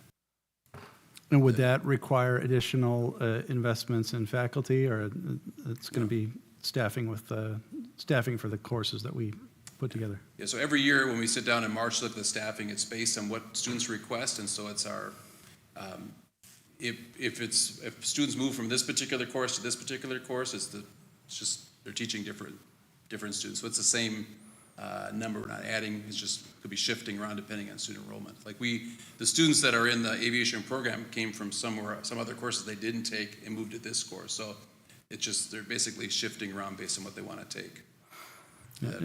In other words, we're not looking for some new source of funding for additional faculty members. It's going to be the same Right. Operational funds that are going to pay for salaries one way or the other. Right, yes. And then I had a follow-up for Mr. Bourgeois as well, if that's all right. Let me just check and see if other people have questions, and we'll come back to you, okay? Sure. Are there other questions over here? Megan? First of all, I sent a couple questions, and I appreciate that you answered those in your presentation. So I appreciate taking the time to do that and make sure that I had a good picture. One thing I wanted to highlight that Mr. Erickson said and that I hadn't really thought about before is that this is also giving those kids a chance to find out if they like it or not, right? And we've all, like, I could have saved myself some time and some money by going and shadowing a dietitian when I was a lot younger, and then I didn't find out until I started grad school, and I was like, ooh, I don't actually like this. So I think things like that are really great, whether, like you pointed out, whether they decide, ooh, not for me, or if they're all in, like either outcome is good, right? So the one question I kind of had was we talked a little bit in the past kind of about the other strand options. We're talking a lot about the pilot one right now, but in terms of like the drone or the maintenance, has there been excitement and chatter from students around that? And do we have any ideas about what that might look like? So within their second semester course this year, they will have that drone component within that, so that will be happening second semester. And then beyond that, other strands, I mean, we've looked at, could be mechanics, it could be some other areas, air traffic control, there's a strong need. So this is our starting point, and just those that are, with Vantage, we started with 1 strand, and now we're at 11.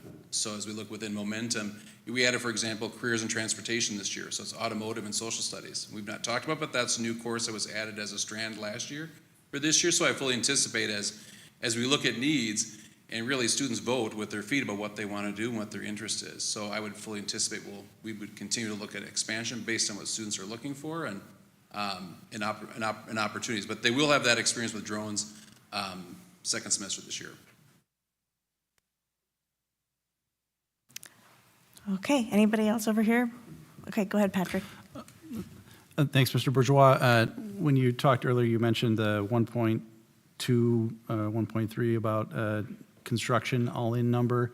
One of the things I've been thinking about as we think about this, that's an expansion of the building across the way here. That's already under construction. Is that extra money in line with how much it would cost to make that amount of space for any use, regardless of its aviation or? Oh, absolutely. Yeah, the biggest chunk of it is actually putting the second floor in and all the supports, because the box is there. That box was actually put in there as a placeholder, and we took the same size as the maker bay at the Pago building because we didn't know what was going in there. And so we have big space, but we made it capable of taking that second floor. So whatever was going in there, we'd add a second, unless we were doing something that needed, we were going to build rocket boosters or something. But we made it so that the second floor would have to go in there, and that's the biggest cost of the whole, of the construction piece of it in the design. But you have to add, ventilation. You got to put in 2 layers of ventilation now and modify that, additional electrical, all that stuff. So that's all in that construction part. But we'd be doing that for pretty much anything that we put in there. Yeah, that last point was what I was getting at, is that, some future board might decide they want to do something else with that space, and they won't have paid a premium for something like aviation space. They're just paying for space. Correct. They would be able to pull the simulators out and use the space, and do whatever they needed to do. Okay. But so as an investment in space, it seems like a reasonable yes. ask for you. Okay, thank you. Question, any other questions over here? Did we get everybody's? I just have one more quick comment. Sure, go ahead. So one thing that I was thinking about that I really appreciate is that we talk a lot about reducing barriers for students to participate in various programs, and I think that's for me one of the highlights of this, because we do know that to get a pilot's license or to do these exploratory flights are fairly prohibitively expensive if you are just going out on your own and doing it. So I think reducing those barriers and giving access to more people to go into a career that's a shortage area is just smart. And then I wanted to highlight that, like for any other programs in any of our schools, if there is a financial need for the student, say for that flight book or going up and doing that $30 test flight, right, that we do have funds available to support students in need, and like we do that for any other program. So I think it really is great that we are reducing barriers, because I think that's one of the intentions of the Momentum program. So Thank you. Mike?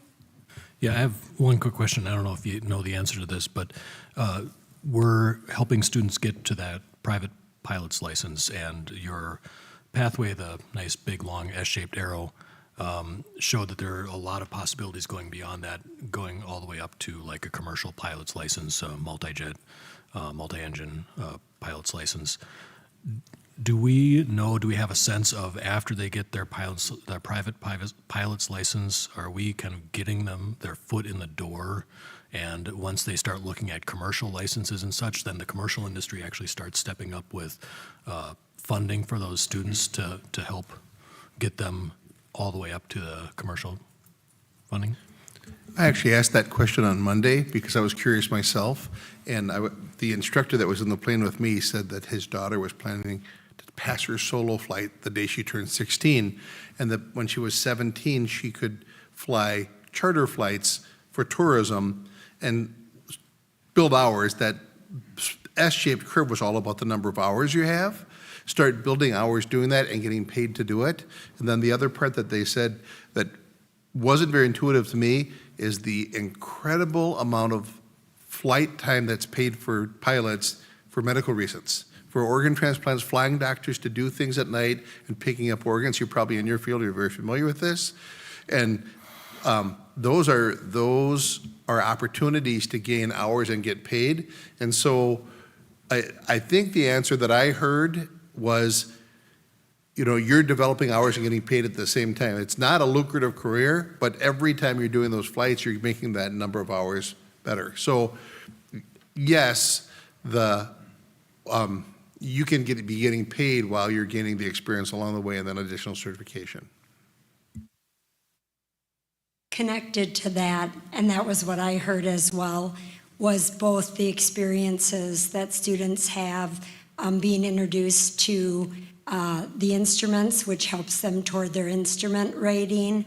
And in talking with our Minnetonka graduate, one of the things that he really wanted to make sure we were communicating with our students, which I've heard in many of your comments tonight, is that there is an apprenticeship path, and that's really a lot of what Superintendent Law was speaking to, that idea that within his organization, for example, you could start as a student and continue to build through that pathway and get all the way to commercial and still continue to work in that organization or branch out to others. So I think that that's just the beginning of the types of partnerships that we can establish, and it's so great when it's a Minnetonka grad that comes forward and really wants to give back, and that's really his core purpose in engaging with us. Thank you. Chris? I might as well. Everybody else talked. I'm super excited. I want to say thank you for the thorough presentation and all the questions from the board and all the comments. And couldn't be more excited about this since we heard about it a year and a half ago. And Principal Erickson, I don't know if I got it exactly right, but this sums up to, this program, all the programs, really what we try to do every day. And you talked about how do we find pathways for every student to compete and succeed in the world. And this really is about pathways and for each student, each one of our students to find their place and what they're looking for. And super excited to hear about all the other pathways that might branch off of this as well. So it isn't just about putting pilots in the seat, it's all the other things that go along with it. But having the understanding of the plane and flying and all of those things is just going to help them in any other pathway related to aviation or drones or anything like that. So I just wanted to mention that and just say thank you. Thanks, Chris. Any other questions or comments from the board? No? Okay. It's been moved and seconded to approve this step with the Momentum program. All those in favor, please say aye. Aye. Opposed? Motion carries. Thank you very much, team. It's a very exciting, and I'm really glad that we're continuing the excellence, so thank you. All right, I will call the board's attention to you have a number of carry-in items at your table spot, and we're going to go ahead and start going through some of those. The first one is the authorization to sell the 2024 ACE COP bonds for the Momentum construction. Superintendent Law. Chair Wagner, members of the board, the conversation we just had about Momentum Aviation Strands talks about a funding stream to fund that capital projects. This next item is the mechanism to generate those funds. So I'll have Mr. Bourgeois talk through that process and request authorization. Mr. Bourgeois. Thank you, Superintendent Law. Madam Chair, members of the board, we are asking for authorization to issue the 2024A certificates of participation in the amount of $1,765,000 to fund the Momentum second floor construction and equipping that area. The bond resolution for this has been approved, or basically written and authored by Nathan Canova of Dorsey and Whitney, and it's what's necessary for us to start the process of getting the bond sale in motion. Thank you. Thank you, Mr. Bourgeois. Could I have a motion, please, to approve the 2024A authorizing resolution as prepared by Dorsey and Whitney? So moved. Mark, is there a second? Second. Megan? Any discussion or questions? All right, all those in favor, please say aye. Aye. Opposed? Motion carries. Thank you. All right, now it is bid-orama. So, Superintendent Law, I will let you start with the acceptance of bids A through H. Chair Wagner, members of the board, one of the reasons that Minnetonka is able to do construction on bids is we get out early. We attract work for our construction partners so that they can plan ahead, and generally that works out well for our taxpayers. I will let Mr. Bourgeois run through each of these one at a time rather than introducing the same topic twice, but we'll start with bid A, paving replacement for front parking lot at MME. Mr. Bourgeois. Thank you, Superintendent Law, Madam Chair, members of the board. We received 5 bids for the repaving of a portion of, the front portion of Middle School East parking lot. The budget for the project was $300,000, and the low bid was actually $130,100 from Bituminous Roadways for repaving that in summer of 2024. So we request your approval. Thank you. Could I have a motion to accept the low bid of Bituminous Roadways in the amount of $130,100 for paving replacement in the front parking lot of Minnetonka Middle School East in the summer of 2024? So moved. Patrick, is there a second? Second. Chris, any discussion or questions? All those in favor, please say aye. Aye. Aye. Opposed? Motion carries. All right. Next. Madam Chair, members of the board, this next item is to accept a bid. It says paving replacement. It's actually paving replacement and then resurfacing of the tennis courts at Minnetonka Middle School West that we actually built in 2009 after we worked a deal with the city of Chanhassen to sell them an easement for the water tower that's by Middle School West, and that gave us the money to build the tennis courts. They are due for a refurbishing of the surface, so we ask that you would approve the low bid of $174,811 from Park Construction. The budget for the project was estimated at $400,000. Thank you. Could I have a motion to accept the low bid of Park Construction Company in the amount of $174,811 for paving replacement on the tennis courts of Minnetonka Middle School West in the summer of 2024? So moved. Megan, is there a second? Second. Katie? All right, any discussion or questions? Nope. Okay, all those in favor, please say aye. Aye. Aye. All right, opposed? Motion carries. Thank you. Madam Chair, members of the board, item 12C is acceptance of the bid for roofing replacement at Clear Springs Elementary School. We have to re-roof some of our 1.8 million square feet every year. We don't do the whole building at once. We do chunks of the building and move around the buildings over a course of a period of time. We are going to be re-roofing the main 1958 portion of Clear Springs, which is the front and south wing, the west wing and the south wing, which is the front of the building. The budget estimate for the project was $1 million. We got a really good bid from B.L. Dawson Roofing Company in the amount of $651,026, and we'd ask that you'd accept that bid. Thank you. Could I have a motion to accept the low bid of B.L. Dawson Roofing in the amount of $651,026 for replacement of a section of the roof at Clear Springs Elementary School in the summer of 2024? So moved. Katie, is there a second? Second. Patrick? Any discussion or questions? Okay, all those in favor, please say aye. Aye. Opposed? Motion carries. Thank you, Madam Chair, members of the board. This next item is also another chunk of roofing replacement at Minnetonka Middle School West, which just another tidbit of information. Typically, our roofs will last 20 to 25 years, so I promise you I will not be here in 20 years asking to re-roof this section of roof again. But the budget estimate was $1 million, and we got a very competitive bid from McPhillips Brothers Roofing Company in the amount of $843,390, and we'd ask that you'd approve that bid. Thank you. Could I have a motion to accept the low bid of McPhillips Brothers Roofing Company in the amount of $843,390 for replacement of a section of the roof of Minnetonka Middle School West in the summer of 2024? So moved. Megan, is there a second? Second. Chris? Any discussion or questions? All those in favor, please say aye. Aye. Opposed? Motion carries. Thank you. Madam Chair, members of the board, item 12E is acceptance of unit ventilator replacement at Minnetonka Middle School West. We're replacing the unit ventilators in 12 rooms. It's part of an ongoing process over the many years to replace unit ventilators as they reach the age of replacement. But then also, you don't replace your car with a Model T, where we don't replace unit ventilators unless they have AC capability. So we've been gradually, steadily providing air conditioning to the district. So we are actually within this summer, and then at the end of summer 25, we will actually have achieved full climate control of our district classrooms. So we keep chipping away.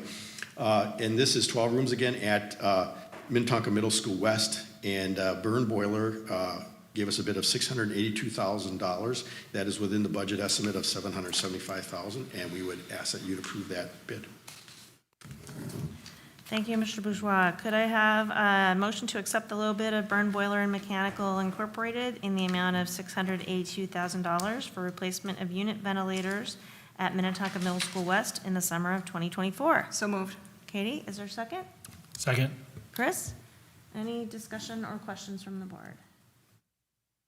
Okay, all those in favor, please say aye. Aye. Aye. Opposed? Motion carries. Thank you. Item 12F is replacement of unit ventilators at Minnetonka Middle School East in 9 rooms.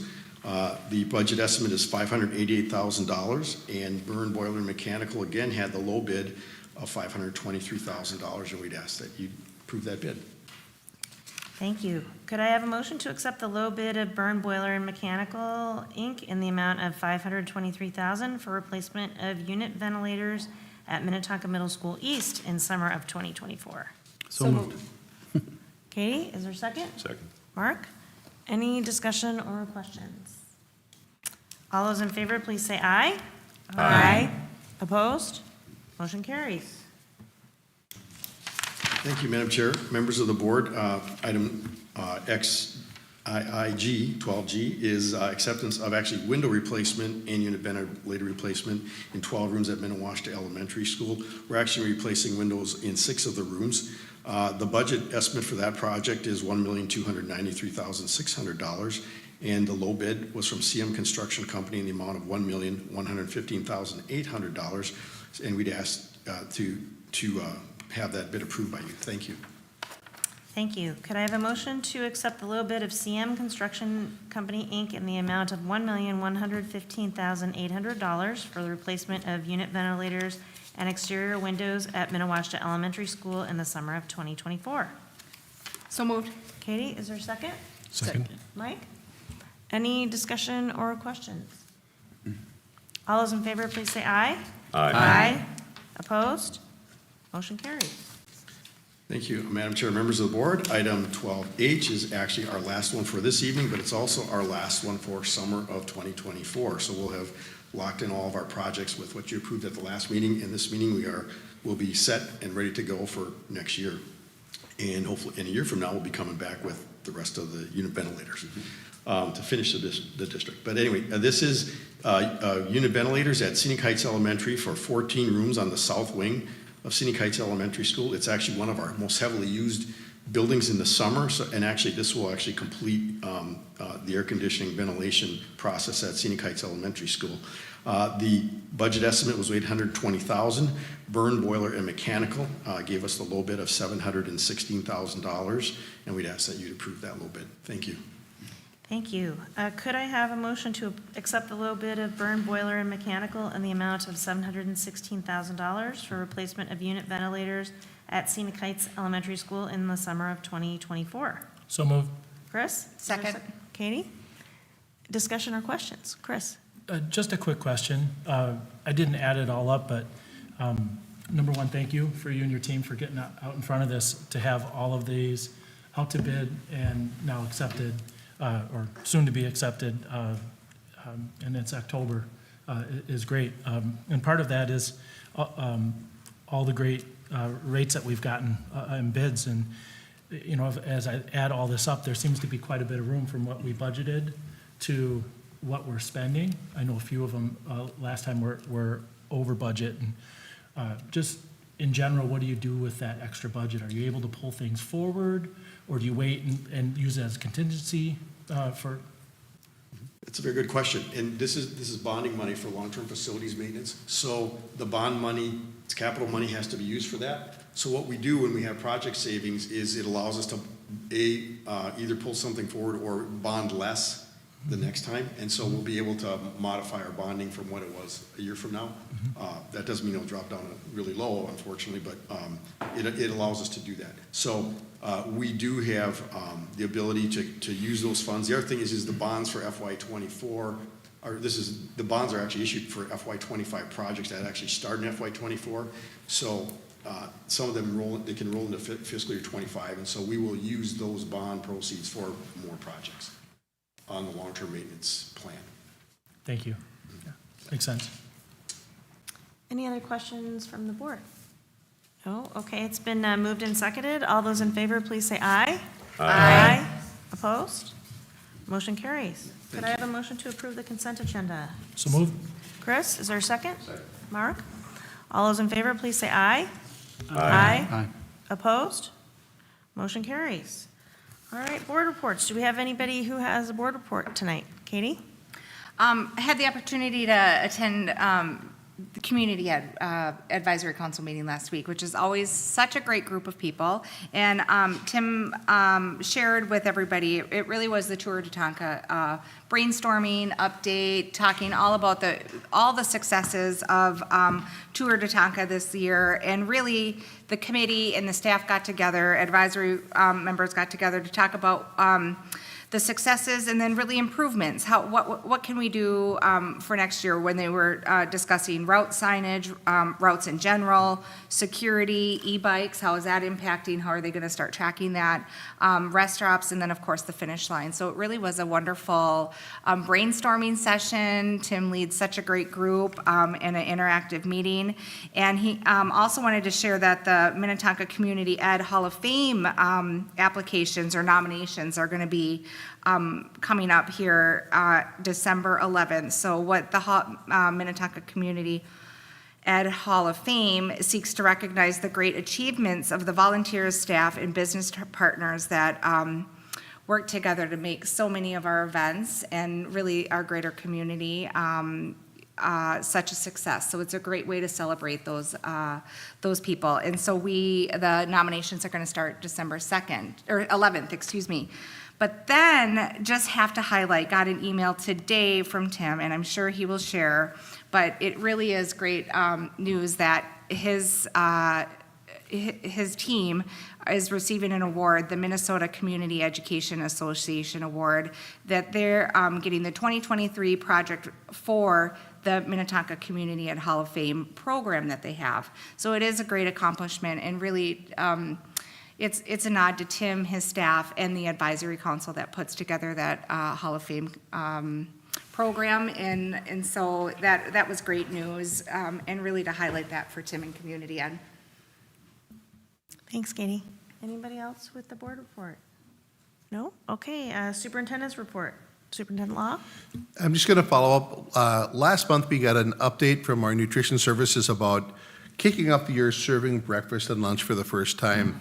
And that was the first week of school, and we were just serving our 5- and 6-year-olds for the first time, I'd report publicly that we still have multiple elementary sites where 300 to 500 students are eating breakfast in a day, getting all those kids off the bus, through lunch, into a classroom, and at almost all of those sites, kids are in their classroom and starting school within just the first few minutes of school. So I want to give a huge shout out to our elementary principals, our nutrition services department for making that shift from no breakfast to free breakfast for lots and lots of kids, and really fine tuning that down to minimizing academic disruption.